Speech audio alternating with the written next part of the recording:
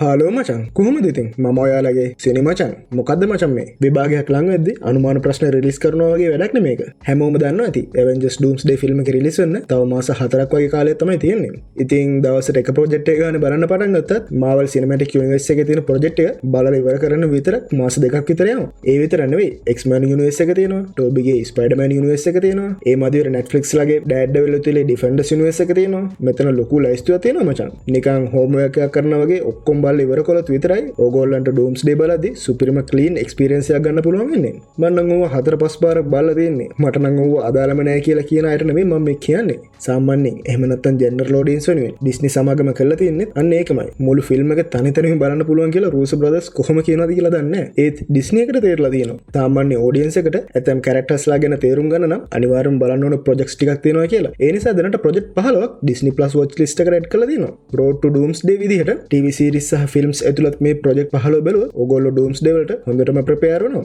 මේක නිල වශයෙන් දීලා තියෙන නිසා කැරක්ටර්ස් ගැන අයිඩියා ගන්න විතරක් නෙමෙයි. සමහර ප්‍රොජෙක්ට් ඇතුලේ ස්පොයිලර්ස් පව හැංගිලා තියෙන්න පුළුවන්. Marvel fans ලාගෙන් නම් ඉතින් අහන්න දෙයක් නැහැ. ඔයගොල්ලෝ මේවා කී පාරක් බලලා තියෙනවා කියලා පල්ලෙහා කමෙන්ට් එක දාගෙන යන්න. ඒ වගේම වීඩියෝ එක පටන් ගන්න කලින් දෙයක් කියන්න ඕනේ. මේ Doomsday වීඩියෝ එක රිලීස් වෙන කලින් අපේ සිනිමචන් ෆැමිලි එකට subscribe 1000 ටාගට් එකට ගෙනියන්න පුළුවන් වේද?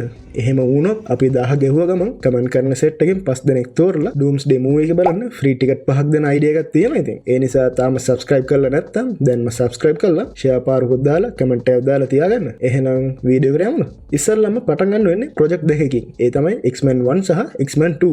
මේ දෙක ඕගොල්ලෝ අනිවාර්යයෙන්ම බලන්න ඕනේ. මොකද X-Men ලට වෙනම universe එකක් තියෙනවා. ඒ ලෝකය ඇතුළට තවත් ලෝකයක් ගැටෙන්න යන්නේ. ඒ නිසා incursion event එක ගැන කතා කරද්දිම X-Men team එක අනිවාර්යයෙන්ම ඉන්නවා. හැබැයි X-Men 3 last stand film එක ගැන එයාලා කියලා නැහැ. ඒ ෆිල්ම් එකේදී Cyclops මැරෙනවා. ඉතින් මැරිච්ච ගැන ආය කොහොමද කියලා fans ලාට confuse වෙන්න පුළුවන් නිසා සමහර වෙලට X-Men 3 එක අයින් කරන්න නැති. ඒත් මම කියන්නේ X-Men 3 බලන්න කියලා. මොකද ඒකේ ලස්සන emotion එකක් තියෙනවා වගේම mutants ලගේ viewplay ගැන හොඳට කියලා දෙනවා. ඒත් Disney එකෙන් දීලා තියෙන්නේ X-Men 1 සහ 2 විතරයි. මේ ෆිල්ම් එකේ mutants ලගේ ආරම්භය ඉතා පැහැදිලිව සහ විස්තරාත්මකව ඔයාලට බලා ගන්න පුළුවන්. ඊළඟට Captain America First Avenger. මේක හරිම වැදගත් project එකක්. මොකද Doomsday එකේ ප්‍රධාන part එක තමයි Captain America. Avengers Endgame එකේ අවසානයේ අපේ Captain America First Avenger timeline එකට ගිහින් Peggy Carter එක ජීවිතය පටන් ගත්තා. ඒ පටන් ගත්ත ජීවිතය නිසා තමයි incursion event එක පටන් ගත්තේ කියලා කතාවක් තියෙනවා. ඉතින් First Avenger බලද්දී Captain සහ Peggy අතර තියෙන relationships එක තේරුම් ගන්න පුළුවන්. ඉතින් ඒ හින්දා විතරක්ද Disney ලා මේක බලන්න කිව්වේ. මට නම් sure නෑ මචං. ෆිල්ම් එකේ Hydra ගැනත් ලොකු විස්තරයක් තියෙනවා. පොඩි rumor එකක් යනවා මචං. Doomsday එකේදී Captain America Captain Hydra විදිහට වෙනස් වෙනවා කියලා. ඒ හින්දා වෙන්නත් පුළුවන්. එහෙම නැත්නම් just ඒ දෙන්නගේ relationships එක තේරුම් ගන්න හින්දා වෙන්නත් පුළුවන්. ඒ වගේම Doomsday එකේදී Peggy Carter return වෙනවා කියලා දැනටමත් කට්ටිය දන්නවා ඉතින්. ඊළඟට අනිවාර්යෙන් බලන්න ඕනේ The Avengers. පළමු වතාවට හැම සුපර්හීරෝ කෙනෙක්ම එකම ටීම් එකට එකතු වෙන්නේ මෙන්න මෙතනදී. Doomsday එකේදී මෙයාලා හැමෝම හිටියේ නැතත් Avengers කියන concept එක හැදුනේ කොහොමද කියලා අපි දැනගන්න ඕනේ. ඒ වගේම ලෝකයේ back story එකටත් මේක අත්‍යවශ්‍යයි. මොකද මෙතනින් පැනලා ගිය ලෝකි තමයි ලෝකි series එකට සම්බන්ධ වෙන්නේ. ඒ හින්දා First Avengers film එක බලන්න නැතුව අනික් Avengers film එක බලන එක තේරුම් නැති වැඩක්. Avengers Age of Ultron ගැන එයාලා කියලා නැහැ. හැබැයි මම නම් කියන්නේ ඒකත් බලන්න කියලා. මොකද Scarlet Witch එහෙම නැත්නම් අපි mutants වල මුලින්ම දැක්කේ ඒකෙන්. mutants ආගේ එකත් kick off වෙන හින්දා Age of Ultron එක බලලා තියාගත්තොත් ලේසි වැඩි. මේක list එකේ තිබ්බ එකක් නෙවෙයි මගේ suggestion එක. ඊළඟට list එකේ තියෙන්නේ Infinity War සහ Endgame. Marvel ගැන දන්නේ නැති කෙනෙක් වුණත් Endgame එක බලලා ඉති. Avengers ලා එකතු වුණු ලොකුම තැන මේක.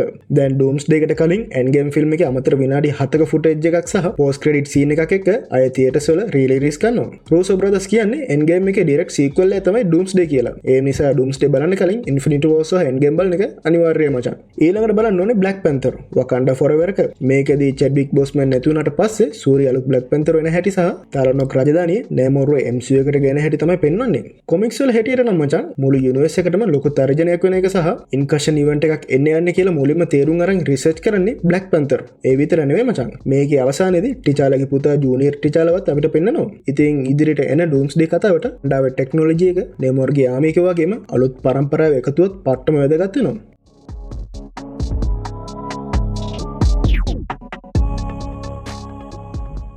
ඊළඟ ප්‍රොජෙක්ට් එක තමයි captain America brand New day. නෑ බ්‍රෑන්ඩ් නිව් වර්ල්ඩ් එක. ස්ටිව් රෝජර්ස්ගෙන් පස්සේ සෑමුවෙල්සන් අලු සූට් එකත් එක්ක ෂීල්ඩ් එකක් අතට අරන් වැඩේ බාර ගන්න හැටි මෙතනදී පෙන්නනවා. මේකදී ඇඩමන්ටම් ලෝහය MCU එකට එකතු වෙන හැටි, එහෙම නැත්නම් ෆිල්ම් එකේ අන්තිමේදී ලීඩර් කියන කැරක්ටර් එකෙන් මල්ටිවර්ස් එක ඇතුලෙන් එන පාලනය කරන්න බැරි තරමේ ලොකු විනාශයක් ගැන කලින්ම හින්ට් එකක් දෙනවා. ඒ වගේම අලුත් ඇවෙන්ජර්ස් ටීම් එකක් හදන්න සෑම් ගන්න try එකටත් මේක ලොකු පදනමක් වෙනවා මචං. ඊළඟට තියෙන්නේ මාවල් ජීසස්. අපි හැමෝම ආසාවෙන් බලපු ඩෙඩ්පූල් and වුල්වරින් එක. ලෝක සීරීස් එකෙන් අපි දැකපු වොයිඩ් එක ඇතුලේ වෙන දේවල් මේක සුපිරියටම ක්ලියර් කරනවා. ඒ වගේම X-Men ලා එයාලගේ යුනිවර්ස් එකේ ඉඳන් අපේ මේ MCU ටයිම්ලයින් එකට එකතු වෙන්නේ කොහොමද කියන එකට පාර කපන්නේ මේකෙන්. ඩූම්ස්ඩේ එකේදී ඩොක්ටර් ඩූම් හදන්න යන බැටල් වෙල් එක හැදෙන්න ප්‍රධානම පදනම වැටෙන්නේ මේ වොයිඩ් එකෙන් සහ ඒක ඇතුලේ තියෙන කැඩුණු යුනිවර්ස් වල කැලි එකතු වීමෙන් කියලායි මට නම් හිතෙන්නේ. ඉතින් ඒ හින්දා මේ ෆිල්ම් එකත් අනිවාර්යයි මචං. ඊළඟට අත්‍යවශ්‍ය ෆිල්ම් එකක් තමයි ඩොක්ටර් ස්ට්‍රේන්ජ් මල්ටිවර්ස් ඔෆ් මැඩ්නස් එක. මේක ඉතින් නමේම තියෙනවනේ මචං මල්ටිවර්ස් කතාව. වෙනත් යුනිවර්ස් වල යන ඩ්‍රීම් වෝකින් ටෙක්නික් එක, ලෝක දෙක එකිනෙකට හැප්පෙලා විනාශ වෙන ඉන්කෂන් ඉවෙන්ට්ස් වෙන හැටි සහ ඩාර්ක් හෝල්ඩ් පොතේ තියෙන ඩේන්ජරස් පවර් එක ගැන මේකෙන් පාටටම පෙන්නනවා. ඩොක්ටර් ස්ට්‍රේන්ජ් සහ ක්ලියා එකතු වෙලා යන පෝස්ට් ක්‍රෙඩිට් එක අපි දැක්ක මේකෙන්. ඉතින් එයාලා කොහෙද කියේ කියලා නම් පෙන්වන්නේ නැහැ. ඒක ඩූම්ස්ඩේ එකට කෙලිම පාලමක් හදනවා වෙන්නත් පුළුවන්. ඊළඟට තමයි අපේ බිග් පොටේටෝ ස්ටෆ්. එහෙම නැත්නම් තන්ඩර්බෝල්ට්ස් එක. මේක අනිවාර්යෙන් බලන්න ඕනද කියලා මගෙන් අහුවොත් මම නම් කියන්නේ නැහැ. හැබැයි මේක පෝස්ට් ක්‍රෙඩිට් සීන් එක බලාගත්තොත් හොඳයි. මොකද වෙන යුනිවර්ස් එකකින් නම් අපේ යුනිවර්ස් එකට ෆැන්ටස්ටික් 4 එන හැටි මේක පෙන්නනවා. ඒ වගේම සෙන්ට්‍රෝ බලා ගන්නත් පුළුවන් අපිට මේකේ. ඉතින් ඔය ෆිල්ම් එකේ මේ ටික පොඩ්ඩක් බලාගත්තොත් ඇති. අන්තිම සහ වැදගත් මේක තමයි ෆැන්ටස්ටික් 4. මේකේ අන්තිමේදී තමයි රොබර්ට් ඩවුනි ජූනියර් ගේ ඩොක්ටර් ඩූම් එන්ට්‍රි එක සෙට් වෙන්නේ. ඩොක්ටර් ඩූම් කියන්නේ කවුද? එයාගේ රෙට්‍රෝ ලෝකයේ මොන වගේද සහ ෆැන්ටස්ටික් 4 එක යාට තියෙන පෞද්ගලික අවුල මොකක්ද කියලා සම්පූර්ණයෙන්ම තේරුම් ගන්න පුළුවන් මචං මේකේ. ඉතින් ඒ හින්දා මේක නොබලම බෑ. ඒ වගේම ඩොක්ටර් ඩූම් සහ ෆැන්ටස්ටික් 4 අතර තියෙන පෞද්ගලික ප්‍රශ්නය ගැන වගේම ඩොක්ටර් ඩූම්ගේ ඕජින්, පවර්ස් and weakness ගැන තවදුරටත් ඩීටේල් වල බලා ගන්න ඕනේ නම් මම ඒ ගැන කලින් වීඩියෝ එකක් කරලා තියෙනවා. ඔයාලට පුළුවන් සිනමචන් ඩොක්ටර් ඩූම් කියලා සර්ච් කරලා හරි උඩ iCard එකෙන් හරි වීඩියෝ එක බලලා ඩූම් ගැන පට්ට අයිඩියා එකක් ගන්න පුළුවන්. ඉතින් මෙන්න මේ ප්‍රොජෙක්ට් 15 තමයි ඩිස්නි එකෙන් නිල වශයෙන්ම බලන්න කියලා වොච් ලිස්ට් එකට ඇඩ් කරලා තියෙන්නේ. ඉතින් මචං ඕගොල්ලෝ හිතන්නේ මොකද්ද? ඩූම්ස්ඩේ බලන්න කලින් වෙන ෆිල්ම්ස් මොනවද බලන්න ඕනේ කියලා පල්ලෙහා කමෙන්ට් එකක් දාගෙන යන්න. මේ වගේ තවත් වීඩියෝ බලන්න ලයික් එකක් දාලා subscribe කරලා තියාගන්න. එහෙනම් තවත් වීඩියෝ එකකින් හමුවෙමු. මම ඔයාලගේ සිනි මචං.